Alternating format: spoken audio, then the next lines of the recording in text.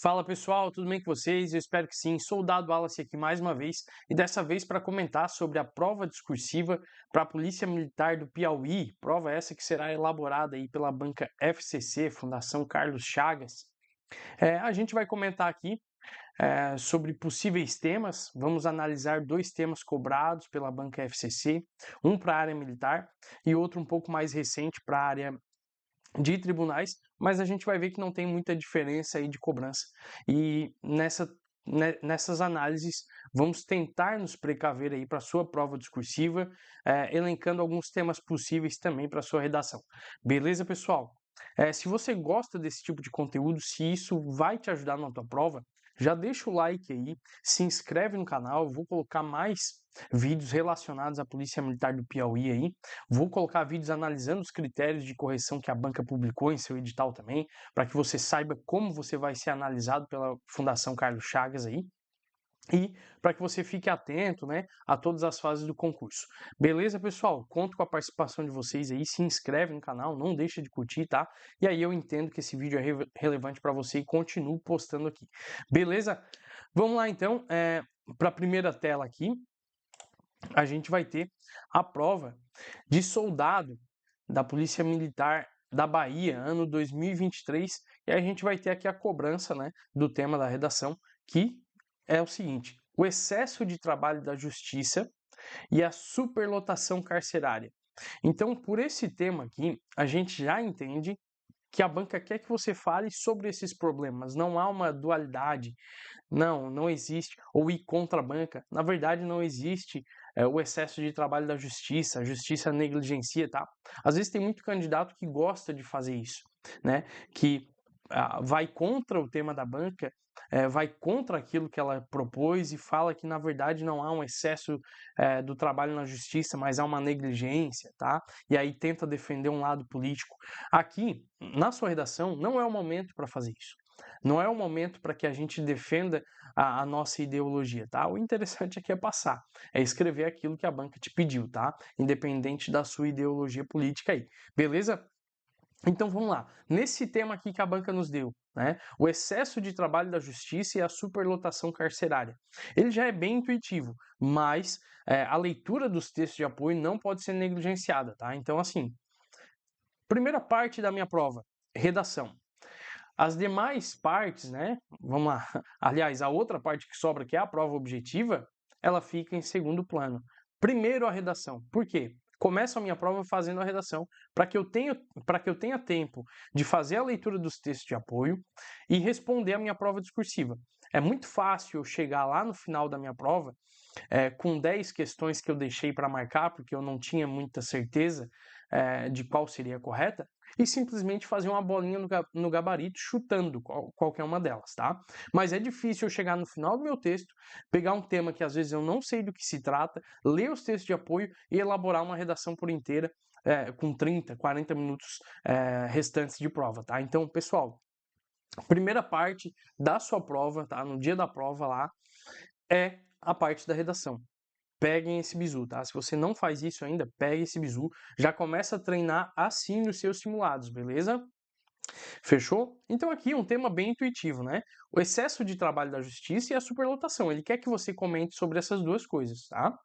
E aí a gente vai fazer a nossa introdução ali, vai citar o porquê desse excesso de trabalho, tá? Qual o motivo ou qual o impacto que esse excesso de trabalho gera, e aí você pode escolher, porque aqui a banca não está te dizendo qual é o impacto desse excesso ou qual que é o motivo desse excesso de trabalho, tá? Então, na sua introdução, você vai falar sobre justiça, vai falar sobre superlotação carcerária, e aí vai colocar um dos impactos do excesso de trabalho de justiça é a aplicação branda das penas. Opa, destaquei isso na minha introdução. Isso faz com que o leitor, faz com que o avaliador crie o interesse na sua citação e também faz um ponto de amarração para o seu desenvolvimento. Então, peraí, impacto do excesso de trabalho da justiça que gera penalidades brandas. O candidato quis dizer com isso? E aí, no seu primeiro desenvolvimento, você vai retomar. Por conta do excesso de trabalho da justiça, muitas vezes a pena é aplicada de forma branda para que vamos lá, a audiência não tome muito tempo das demais ocorrências, dos demais trabalhos judiciários, enfim, algo nesse sentido, tá? Não precisa ser necessariamente isso, mas você precisa falar de algum impacto ou de alguma consequência ou de alguma causa que tenha dado esse excesso de trabalho para a justiça, beleza? Beleza.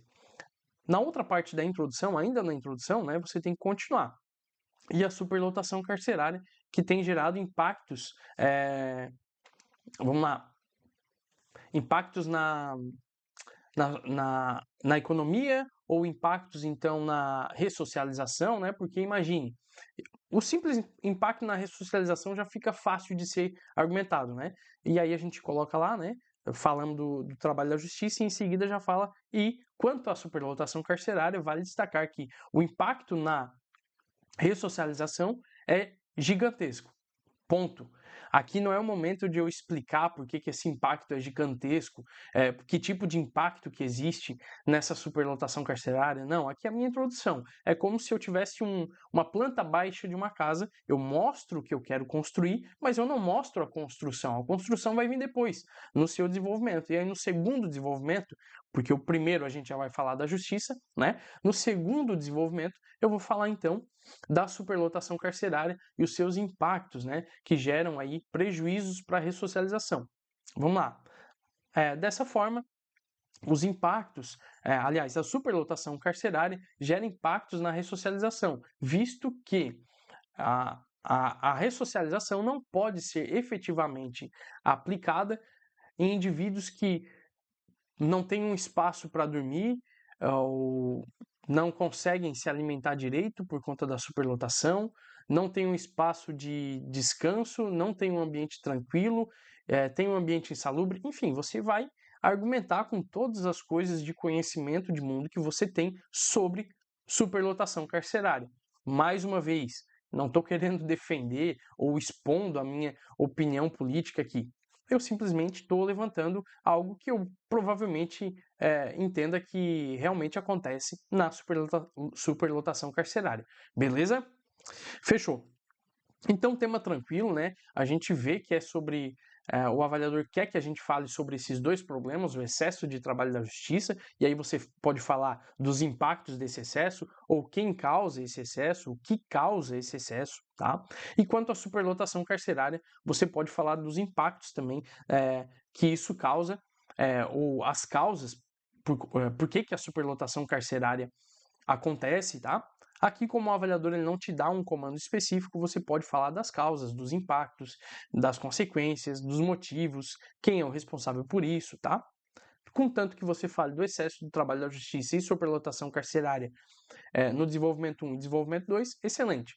Na conclusão, vai trazer a proposta de intervenção para solucionar esse problema, tá? Então, lá na conclusão, como o avaliador te trouxe um problema, é interessante que lá na sua conclusão você traga uma proposta de intervenção que acabe com esse problema, que minimize esse problema, que possa mostrar um caminho que solucione esses dois problemas, tá? Então, na sua proposta de intervenção, você pode dizer o que pode ser feito, como pode ser feito e por meio de quem também pode ser feito, tá? Não basta eu dizer que o Estado deve fazer ou o Estado deve solucionar os problemas de justiça e superlotação carcerária para que a gente tenha uma sociedade mais livre, justa e solidária. Não, peraí, né? Olha que proposta de intervenção vaga. Como isso vai mostrar para o avaliador que eu consegui trazer uma conclusão com uma proposta de intervenção para esse problema? Não é uma proposta de intervenção, tá? É uma proposta de intervenção muito rasa, que não me diz o que deve ser feito, como deve ser feito, tá? Você não precisa efetivamente resolver esse problema e da sua redação, algum avaliador passar a sua redação aí para um deputado, para um presidente, né? Para um prefeito e dizer, olha o que esse cara fez, meu Deus, temos que aplicar isso aqui. Não, mas algo que pelo menos nos dê um vislumbre de solução para esse problema, tá? Beleza? Fechou então. Esse tema aqui a gente matou, tema tranquilo. Você viu que não tem problema nenhum aqui, né? Quanto à cobrança desse tema. E agora a gente vai então para o tema de analista, tá? Que não muda muita coisa, mas aqui entra aquela parte da análise, da leitura dos textos de apoio. Olha só. Educação de crianças e adolescentes na era da cultura digital. E aí a gente pensa assim, pô, tranquilo, tema tranquilo, né? Quer que fale sobre essa cultura digital, né? Seus benefícios, talvez, da cultura digital, a educação das crianças em conjunto com essa era digital. Será que o avaliador quer que eu fale dos benefícios, né, das coisas boas? Às vezes não, tá? E aí a gente vai entender pelos textos de apoio. O primeiro texto de apoio aqui, ele traz uma espécie de filosofia que não nos diz muita coisa. E talvez seja feita justamente para que você possa perder tempo ou confundir mais a sua cabeça, tá? Vamos lá. Vamos fazer a leitura aqui. Quando uma pessoa perde a capacidade de assombrar-se, se burocratiza. É importante observar como há uma relação indubitável entre assombro e pergunta, risco e existência. Pô, isso aqui não me esclarece nada. O que o avaliador quis dizer com esse texto de apoio, tá? Vamos ter que ler o texto de apoio 2. A escola é um lugar de potencial interação e a exposição a telas atrapalha a socialização dos estudantes. Opa! Então aqui ele está querendo dizer que a cultura digital, né, que é essa parte aqui, pode estar atrapalhando na educação das crianças. Por meio de quem? Das telas. Tá? Ele já citou as telas aqui como um possível monstro aí da educação na cultura digital. Ok, excelente. O uso excessivo dos eletrônicos por crianças e adolescentes está diretamente relacionado à baixa disciplina e instabilidade emocional. Olha só, tá? O avaliador já está dizendo que essa cultura digital não é boa. Por isso, o relatório global de monitoramento de educação da Unesco alerta: ao mesmo tempo em que a tecnologia leva à superação de alguns problemas. Opa! Aqui tem uma frase, uma citação, que também me deixa falar sobre os benefícios dessa cultura digital, da evolução digital. Ao mesmo tempo que ela traz, né, então, a superação de alguns problemas, ela traz os seus. Ao mesmo tempo em que a tecnologia leva à superação de alguns problemas, ela traz os seus próprios problemas, né? Então, assim, mesmo no tempo em que ele falou das coisas boas da cultura digital, ele ainda dá aquela espetada dizendo que ela traz os próprios problemas. Então, o avaliador ele quer que a gente aponte, sim, os problemas dessa cultura digital que estão relacionadas à educação. E aí, na nossa introdução, a gente pode citar dois problemas. A má educação, vamos lá, o desinteresse pelos estudos, porque vídeos curtos, só coloca assim, o desinteresse pelos estudos na sua introdução, né? Faz a introdução bonitinha, falando de educação, de crianças, de adolescentes, da cultura digital e tal, e coloca dois pontos ali, dois pontos importantes de relevância que implicam na educação das crianças, ganham destaque, como o desinteresse e a instabilidade emocional, pode ser, tá? E aí o desinteresse e a instabilidade emocional vai chamar a atenção do avaliador para que você desenvolva ali nos seus desenvolvimentos 1 e 2, tá? O desinteresse, né? A gente pode citar aqui os vídeos curtos trazem uma satisfação muito mais prazerosa para a criança do que uma aula, às vezes, de duração, que contém uma duração de 1h30, 2 horas, e isso faz com que a criança prefira aqueles vídeos alegres, criativos, coloridos, né, em detrimento do conhecimento profundo de algum tema relacionado à língua portuguesa, história, geografia, enfim, você vai citar alguma coisa. Além disso, o aspecto emocional também, aí no seu segundo desenvolvimento, né? Além disso, o aspecto emocional também é prejudicado, visto que os vídeos rápidos e curtos proporcionam felicidades momentâneas e que devem a todo momento ser supridas. No momento em que isso é interrompido, o emocional pode ser abalado. Enfim, eu não preparei nada aqui, não tenho nada debaixo das mangas, né? Mas numa prova discursiva você ia pensar um pouco mais quais seriam esses impactos da cultura digital, e a gente sabe que tem vários, para a educação das crianças atualmente, beleza?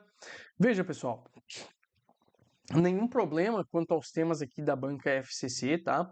Mas a gente tem sim que praticar, a gente tem sim que ler os textos de apoio para entender o que a banca quer e colocar a redação em primeiro lugar, beleza? Pessoal, se você chegou até o final desse vídeo aqui, por favor, não deixe de colocar o like, não deixe de se inscrever no canal para acompanhar ainda os próximos vídeos, analisando critérios, o pós-prova também, eu vou estar com vocês, tá? Então, peço o apoio aí de vocês. Aqui na descrição do vídeo eu vou deixar alguns links, né? O meu contato, o meu Instagram, link de psicotécnico também para você que passou ou que vai passar na prova e vai precisar depois, tá? Fico à disposição dos senhores e das senhoras para qualquer dúvida aí, tá? Deixe nos comentários qual a dúvida de vocês, sugestões também, e na medida do possível eu com certeza vou responder e vou estar fazendo novos vídeos aí para esclarecimentos. Beleza? Valeu, pessoal. Forte abraço. Até a próxima.